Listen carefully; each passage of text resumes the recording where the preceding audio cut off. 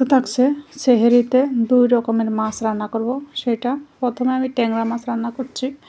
এখানে 1 কাপ পরিমাণ পেঁয়াজ কুচি দিয়ে হালকা বাদামি করে নিয়েছি। হাত দিয়ে দিয়েছি এখানে রসুন বাটা, পেঁয়াজ বাটা, দিয়েছি কাঁচা মরিচ বাটা।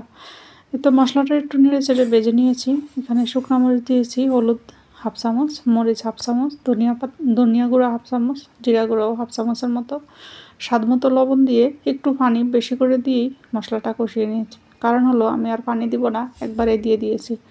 ট্যাংরা মাছগুলোকে ধুয়ে আগে পরিষ্কার করে নিয়েছি। ট্যাংরা মাছ দিয়ে এই যে রান্না করেছি। দিয়েছি একটা বড় টমেটো কেটে। যেই পানি দিয়েছি এক পানিতেই আমার রান্না মাখা মাখা হওয়া পর্যন্তই রান্না করব। মজা করে এই মাছগুলো রান্না করলে সেহরিতে খাওয়া যায়। এখানে নিয়েছি বোয়াল মাছ। মানুষ আমরা 4 জন, তাই আমরা 4 পিস বোয়াল মাছ নিয়ে নিয়েছি। বেশি রান্না করলে খাওয়া হয় না, এই কারণে একদমই কম রান্না করব। মাছগুলোকে হালকা ভেজে নিচ্ছি। বোয়াল মাছ খুবই সুস্বাদু এবং তরতাজা ছিল। হালকা করে ভেজে নেওয়া হয়ে গেলে আমি ওই ভাজা তেলেই পেঁয়াজ কুচি দিয়ে দিয়েছি। পেঁয়াজগুলো একটু ভেজে নিচ্ছি।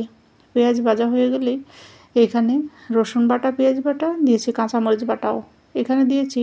গুঁড়া মরিচ হাফ চামচ করে, হলুদের গুঁড়া হাফ চামচ, মরিচের গুঁড়া হাফ চামচ, ধনিয়া এবং জিরা গুঁড়াও হাফ চামচ করে, স্বাদ মতো লবণ দিয়ে অল্প পানি দিয়ে মশলাটা কষিয়ে একটা টমেটো দিয়ে দিয়েছি। টমেটোটা আর মশলাটা ভালোভাবে কষিয়ে নিচ্ছি।